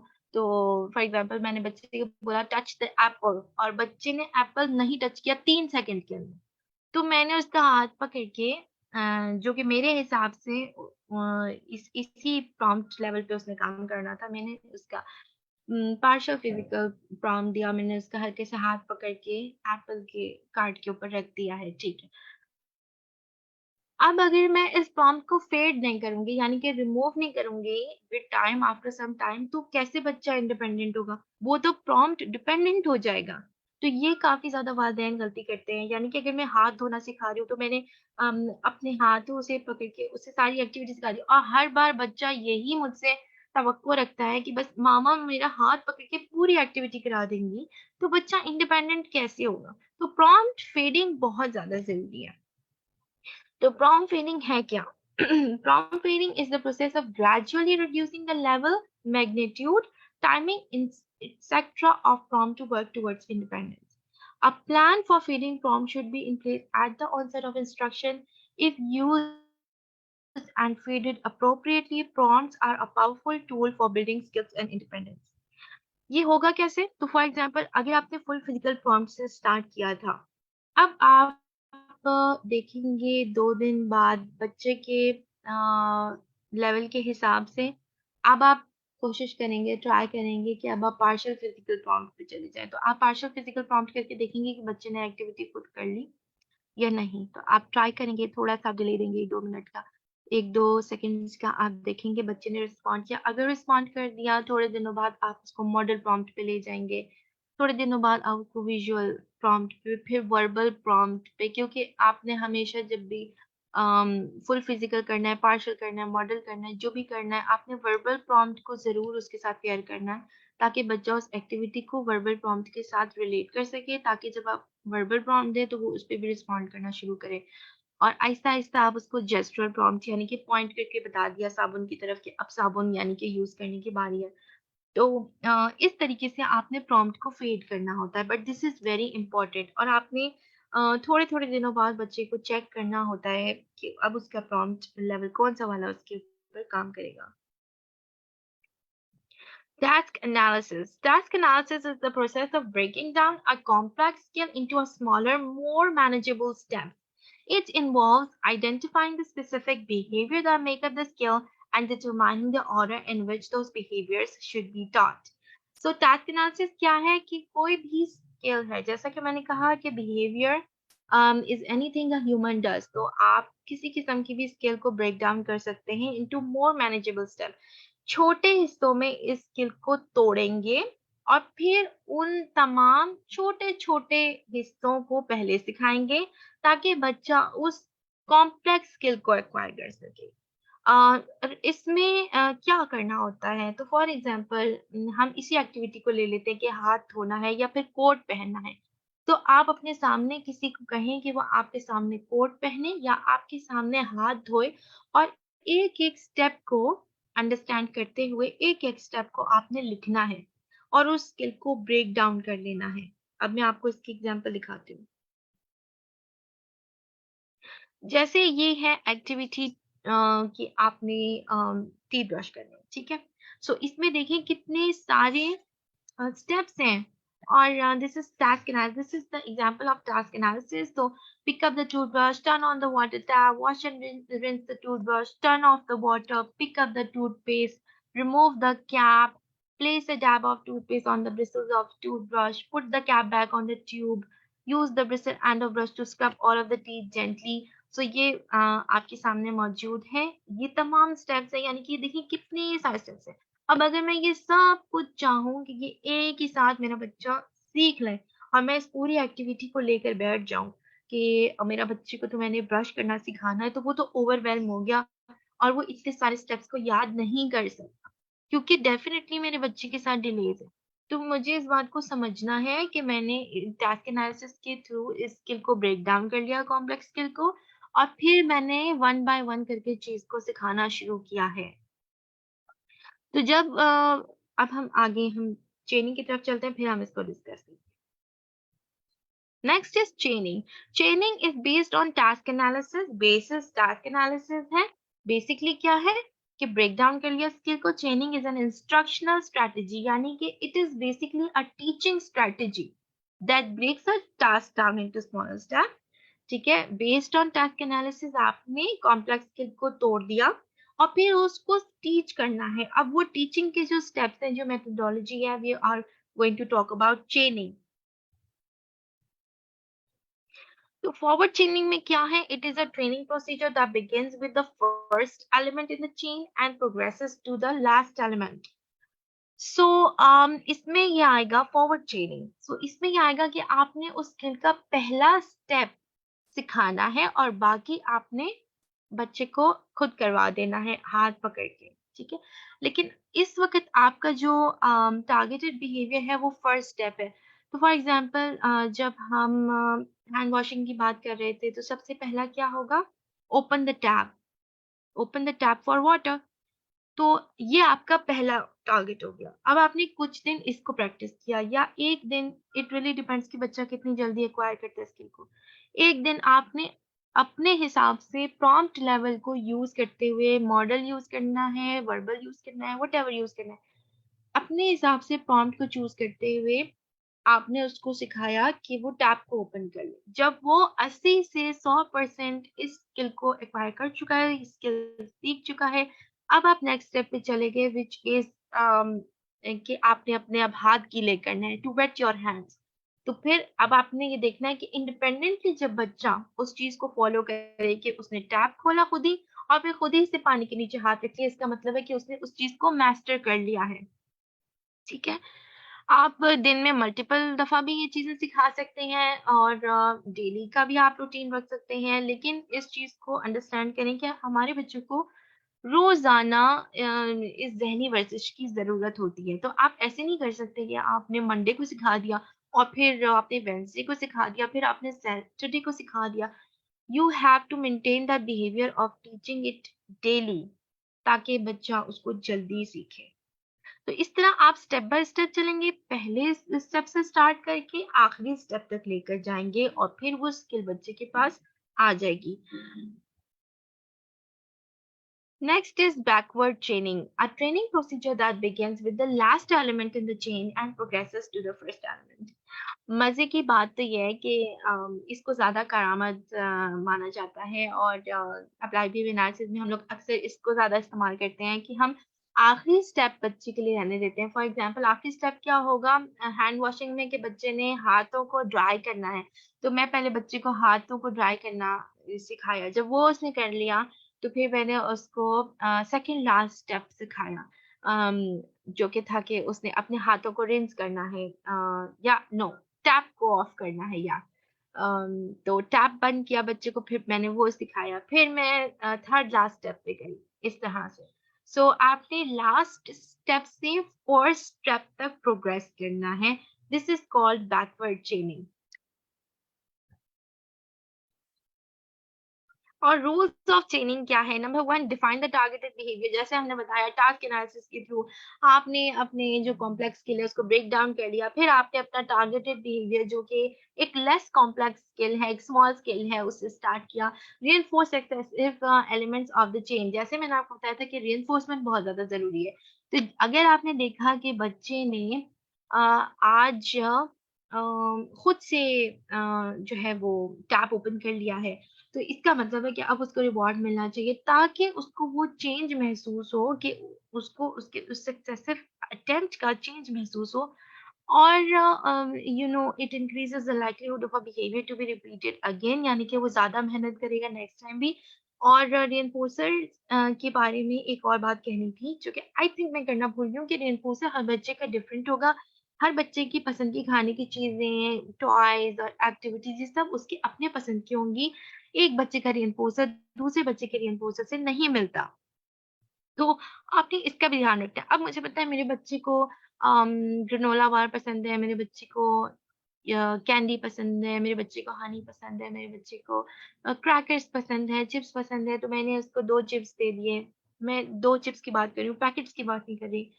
रिइंफोर्सर का बहुत ज़्यादा हम इस्तेमाल नहीं करेंगे। हम जो है थोड़ा-थोड़ा इस्तेमाल करेंगे ताकि बच्चा जो है वो मेंटेन रखे बिहेवियर को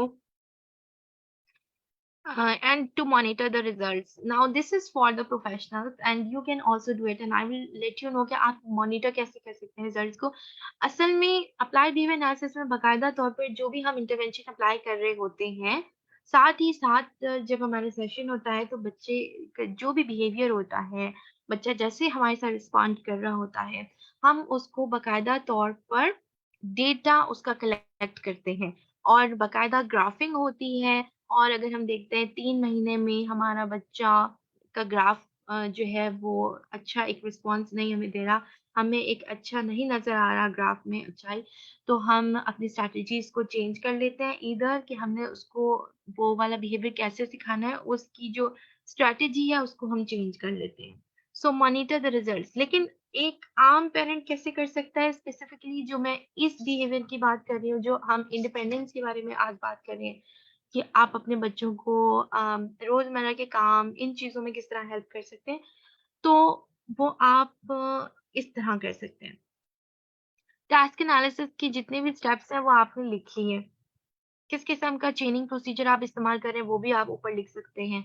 और आपने यहाँ पर लिखना शुरू कर दिया। आपका जो टारगेटेड बिहेवियर होगा, फर्स्ट होगा या लास्ट होगा और किस किस्म का आप प्रॉम्प्ट यूज़ कर रहे हैं, करेक्ट रिस्पॉन्स आया है, इनकरेक्ट रिस्पॉन्स आया है या फिर आप कौन-सा प्रॉम्प्ट इस्तेमाल कर रहे हैं एक्टिविटी के लिए, तो वो तमाम आप लिखेंगे। उसके बाद आप टोटल करेक्ट स्टेप्स लिखेंगे, यानी अगर 10 में से 8 है तो 80% यानी कि बच्चे ने सही रिस्पॉन्ड किया है। शेपिंग क्या है? Shaping is a systematic process of reinforcing successive approximations to a targeted behaviour. तो फॉर एग्जांपल मेरा मेरा टारगेट ये था कि मेरा बच्चा जो है वो बोले, यानी कि रिक्वेस्ट फॉर आइटम्स, और मैं डिफरेंट ऑब्जेक्ट्स के साथ काम कर रही हूँ। मुझे पता है कि उसके रेनफोर्सेस क्या हैं। मैंने 5 जो टॉप रेनफोर्सेस हैं वो ले लिए और मैंने वो पाँचों रेनफोर्सेस उसके सामने रख दिए। अब बच्चा हाथ बढ़ाता है किसी चीज़ की तरफ। इन दिस केस यहाँ पे बच्चा हाथ बढ़ा रहा था बॉल की तरफ। अम, तो instead of teaching the word ball, क्योंकि मुझे पता है कि उसके रेpertoire में बॉल का वर्ड तो है ही नहीं, बल्कि उसके पास तो साउंड्स भी नहीं है अभी। तो क्योंकि मैंने उसको साउंड सिखाना है, तो मैं क्या करूँगी, सक्सेसिव अप्रॉक्सिमेशंस के ऊपर काम कर रही हूँ टू अ टारगेटेड बिहेवियर। मेरा टारगेटेड बिहेवियर है बुलवाना बॉल, लेकिन मैंने स्टार्टिंग की है ब से। सो द इनिशियल साउंड ब। बच्चे ने ब बोल दिया, मैंने बॉल दे दी। बच्चे ने ब बोल दिया, मैंने बॉल दे दी। अम, अभी यहाँ पे हम एक्विक्स की बात कर रहे हैं कि बच्चा मेरे पीछे रिपीट करे बॉल को। बच्चे ने ब बोल दिया, एक्विक किया, मैंने बॉल दे दी। अब जब वो इसको मास्टर कर देगा, 80% एटलीस्ट वो बॉल पे रिस्पॉन्ड क ब पे रिस्पॉन्ड कर रहा है, तो we will move on to the another successive approximation which is B. So मैंने फिर बॉब पे बच्चे को बॉल देना शुरू कर देनी है। जैसे ही वो मुझे इमिटेट करेगा वोकली अ, बॉब पे, तो मैं उसको बॉल देना शुरू कर दूँगी। और लास्ट में हमारा टारगेटेड बिहेवियर था कि ये बच्चा बॉल बोले, तो फिर मैं इसको तभी दूँगी बॉल जब वो बॉल बोलेगा। बॉल आपने जब इस किस्म का काम कराना है, जब बच्चे को बोलना सिखा रहे हैं या एक्विक्स पे जिस तरह अभी हमने बात करी काम कर रहे हैं, साथ ही साथ यहाँ पे मैन ट्रेनिंग भी हो रही है। तो आपने इस चीज़ का ध्यान रखना है कि आप बच्चे को डिफरेंट प्रॉम्प्ट्स दे सकते हैं और उसमें ये होगा कि आपने बच्चे को बोला कि ब ब बोलो ब, ठीक है? और फिर उसके बाद आपने उसका हाथ अपने होंठों पे रखा या फिर आपने अपनी उँगलियाँ उसके होंठों पे रखी ताकि उसको समझ आए this is a physical prompt, ताकि उसको समझ आए कि जो रिस्पॉन्स आप चाह रहे हैं वो यहाँ से निकलेगा। और आप अपने गले के ऊपर जहाँ से आपकी साउंड प्रोड्यूस हो रही है अम, वहाँ पर आपने उसका हाथ रखा, तो भी उसको वो वाइब्रेशन फ़ील होगी, उसको कुछ समझ आएगा कि यहाँ से रिस्पॉन्स चाह रहे हैं। So this type of prompt is also being used. मगर शेपिंग की जो हम बात कर रहे थे वो क्या है? Is a systematic approach, is a systematic process of reinforcing successive approximation, यानी कि हर बार रीइन्फोर्समेंट होगी सिर्फ़ और सिर्फ़ सक्सेसिव अप्रॉक्सिमेशंस के ऊपर। Scrolling क्या है? Scrolling sometimes occur because the client is learning multiple similar words at a time. तो फॉर एग्जांपल मैं क्योंकि मैन ट्रेनिंग में इनिशियली हम यही करते हैं, 5 रेनफोर्सेस को लेकर, यानी कि जो हाईली प्रेफर्ड आइटम्स हैं उनको लेकर 5 वर्ड सिखाना हमारा गोल हो गया फॉर एग्जांपल, ठीक है? अब वो रीइंफोर्सर कुछ भी हो सकता है। वक़्त की मुनासबत से अगर बच्चे को पानी भी बहुत ज़्यादा पसंद है और अगर वो प्यासा है तो रीइंफोर्सर पानी भी हो सकता है। अगर 1 घंटा बच्चे ने पानी नहीं पिया, 2 घंटा पानी नहीं पिया, उसकी वैल्यू बढ़ गई तो रीइंफोर्सर उस वक़्त पानी भी होगा। अगर डेफ़िनिटली खाने की चीज़ है तो खाने की अगर उसने पहले ही खाना खाया हुआ है तो वो तो वैल्यू उस चीज़ की बढ़ खत्म हो गई। इस टेक्निक को भी आप अप्लाई कर सकते हैं कि अपने बच्चों को उस चीज़ से डिप्राइव कीजिए, यानी कि जब आप मैन ट्रेनिंग पे काम कर रहे हैं या किसी और चीज़ पे काम कर रहे हैं, आप वो रीइंफोर्सर बच्चे को नॉर्मली अवेलेबल मत रखिए। जबकि सेशन हो तो सेशन के दौरान रखिए। चिप्स पसंद है, सेशन में चिप्स दें। कोई स्पेसिफिक टॉय पसंद है, सेशन के दौरान दें। बॉल पे जंप करना पसंद है, जंप का वर्ड सिखाना चाह रहे हैं तो वो बॉल सेशन के दौरान दें। अगर बच्चे को ज़्यादा देर तक वो चीज़ मिलेगी तो उसका जो नीड है उस चीज़ को लेकर वो कम होगा, उसकी नीड पूरी हो जाएगी और फिर उसका रिस्पॉन्स लो होगा। सो बच्चों को डिप्राइव करना इज़ नॉट बैड। अम, ठीक है। So what we were talking about scrolling या तो अगर हमने 5 लफ्ज़ सिखा रहे हैं और बच्चे को अभी they are finding the answer, अगर उसने बॉल भी सीख रहा है, वो एप्पल भी सीख रहा है, हो सकता है कि वो बॉल को एप्पल बोल दे। अक्सर पेरेंट्स क्या करते हैं ये गलती कि अ, वो फिर भी दे देते हैं, रेनफोर्सर प्रोवाइड कर देते हैं। वो ये सोचते हैं कि चलो कोई तो रिस्पॉन्स आया, लेकिन इस चीज़ को भूल जाते हैं कि बच्चा जो है वो स्क्रॉलिंग करेगा बार-बार, वो ज़्यादा गलती करेगा जब हम उसको स्क्रॉलिंग पे भी रेनफोर्स दे देंगे और वो डिफरेंशिएट भी नहीं कर पाएगा कि वो गलती कहाँ कर रहा है, ठीक है? तो हर चीज़ को कि this is the end of our session, लेकिन हर चीज़ को ज़हन में रखें, प्रॉम्प्टिंग को ज़हन में रखें, किस किस्म का प्रॉम्प्ट इस्तेमाल कर रहे हैं, टारगेटेड बिहेवियर को आइडेंटिफाई करें, क्या सिखाना चाह रहे हैं, स्किल को ब्रेक डाउन करें, टास्क एनालिसिस के थ्रू चेनिंग प्रोसीजर्स का इस्तेमाल कीजिए और आपने शेपिंग प्रोसीजर का इस्तेमाल करना है। फिर स्क्रॉलिंग स्क्रॉलिंग पे आपने किसी किस्म की रिइंफोर्समेंट प्रोवाइड नहीं करनी है। अच्छा शुरू में ये भी होता है कि बच्चे पेरेंट्स अक्सर मुझे कहते हैं कि बच्चे वेट नहीं करते और क्योंकि उनको आदत नहीं होती ना, तो वो तो कहते हैं कि मैं नहीं बोलूँगा और मुझे मतलब ये चीज़ दे दो।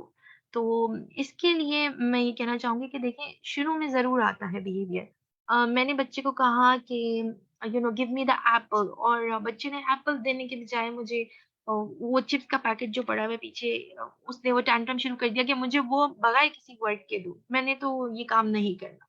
तो आपको इस बात को समझना होगा कि आपने गिव इन नहीं करना, आपने अपनी उस चीज़ को मेंटेन रखना है कि जो आपका रिइंफोर्समेंट शेड्यूल है, तो आपने बच्चे को प्रॉम्प्ट करना है, ठीक है?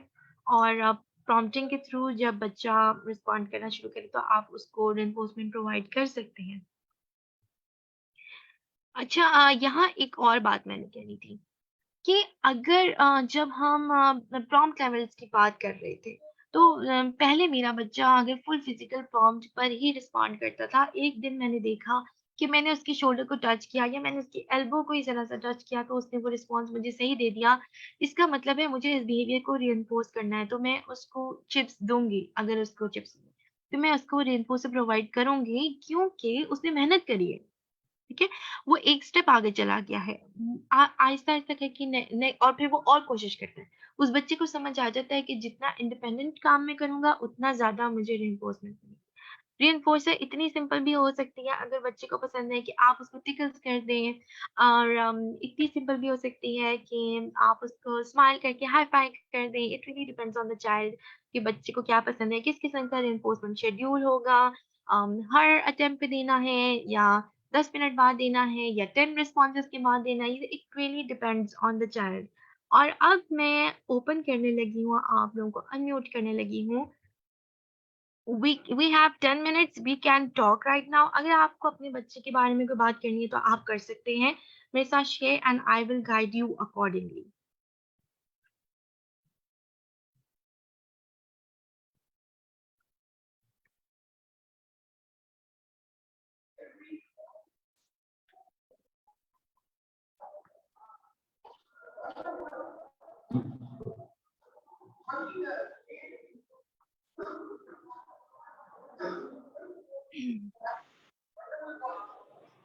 मिस अस्मा असलम, आपका आई थिंक माइक ऑन है और हमें आपकी एनवायरमेंटल आवाज़ें तो आ रही हैं, लेकिन अगर आप में से किसी ने कोई क्वेश्चन करना है, तो आप कर सकते हैं।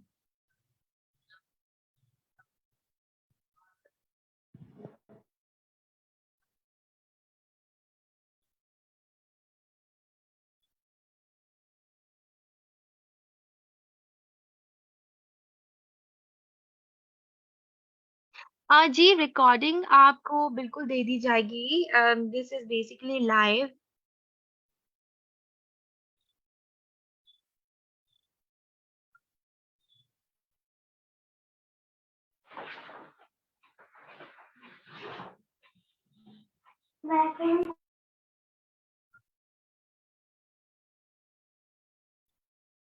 ओके, अगर आप लोगों को कोई क्वेश्चंस नहीं है, तो हम इस मीटिंग को एंड करते हैं, यहीं स्टॉप कर देते हैं। Please let me know in the chat box कि अगर आपके क्वेश्चंस नहीं है and we can stop this meeting.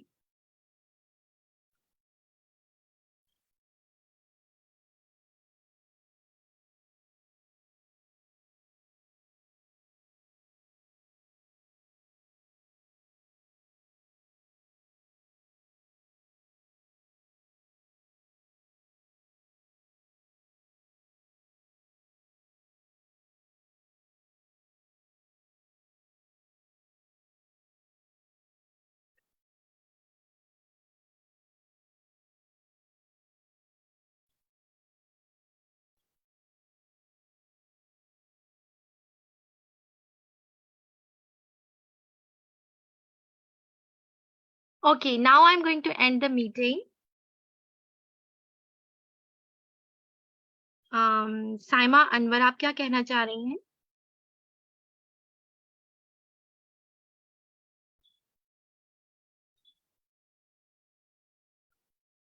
One major sign to identify that child is autism. जैसे कि मैंने बात की थी 2 अलामतें अहम हैं। एक तो देखेंगे आपके बच्चे में कम्युनिकेशन और लैंग्वेज के इश्यूज़ हैं, वो उस तरीके से या उस लेवल पर नहीं है जो कि एक टिपिकल बच्चा होगा। तो अगर वो 18 माह का है तो आप देख रहे हैं वो 1 लफ्ज़ का इस्तेमाल नहीं कर रहा, 24 महीने का 2 लफ्ज़ का इस्तेमाल नहीं करना और फिर वो सेंटेंसेस की तरफ नहीं जा रहा या फिर उसकी स्पीच फंक्शनल नहीं है। तो वो अपनी चीज़ों को माँग नहीं सकता, चीज़ों को टैग तो कर रहा है, लेबल तो कर रहा है, लेकिन चीज़ों को माँग नहीं सकता। दिस इज़ वन साइन, ठीक है? और दूसरा साइन होगा कि बच्चे के रिपेटिटिव और रिस्ट्रिक्टेड पैटर्न्स ऑफ बिहेवियर हैं, उसमें बहुत वज़ाहत से हमने बात करी थी पहले। अगर आपने सेशन शुरू से नहीं लिया, तो आप इसको देख लीजिएगा वापस से। लेकिन उसमें ये शामिल था कि बच्चा दोहराता है हरकत को और उसका बहुत ही महदूद इंटरेस्ट होंगे इस किस्म की चीज़ें इसमें शामिल हैं। Do you have any more questions, Saima? You can unmute yourself and ask me questions if you want to.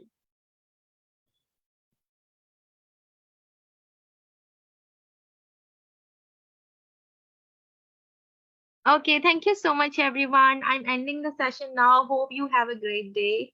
Allah Hafiz.